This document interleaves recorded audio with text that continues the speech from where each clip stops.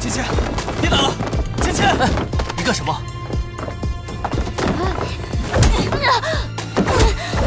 你让他做这样危险的事，你不怕他被灵气给伤到吗？你给我放开！这是他的心愿，我只是给他想要的东西。太将功全失，何必再参加武士？在你心里他是个废物，但在我心里，陈芊芊，他不是。起来！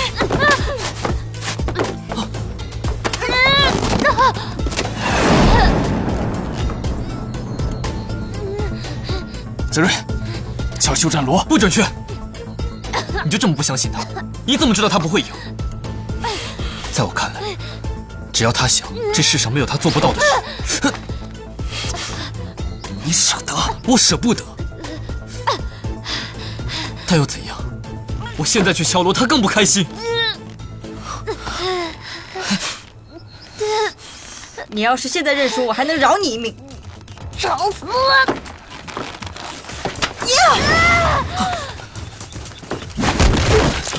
他们活着下来才是最重要的。裴思学，我是已故裴思君独子，花园城的思学，谁敢拦我？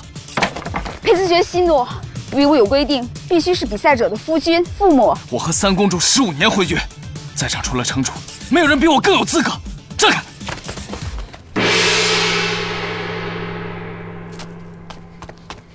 芊芊，认输吧。休战锣敲响，陈芊芊认输。这，我什么时候认输了？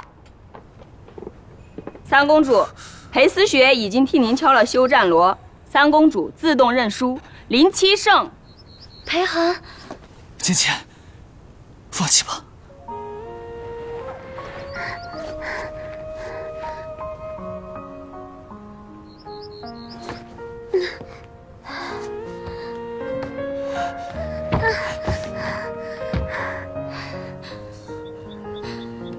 这个休战锣，我不认。裴寒非我父母，兄弟，更不是我夫君。他敲的休战锣不算数。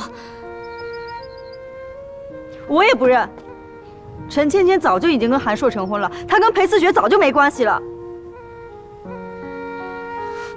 芊芊，你与韩硕没有祭天，没有游街，更没有拜堂，根本算不上是夫妻。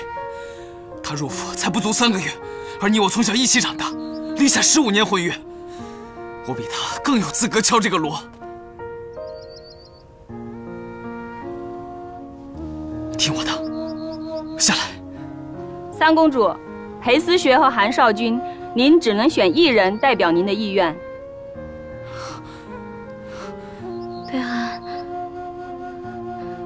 我知道你是为我好，但是我必须要打下去。我选韩硕，韩硕没敲休战锣，我就没认输。继续，休战锣作废，双方再比。天哪，花园城第一美男裴思学竟然被当众拒婚，真是颜面扫地。也不知道这以后还能不能找到好的人家了。倒是三公主，这是怎么了？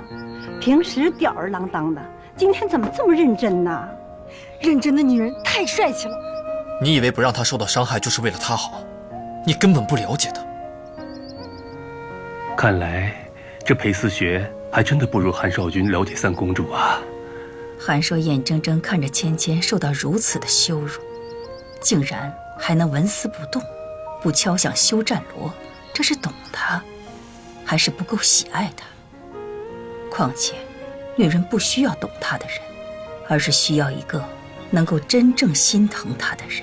那这么说来，这裴思学才是良配呀。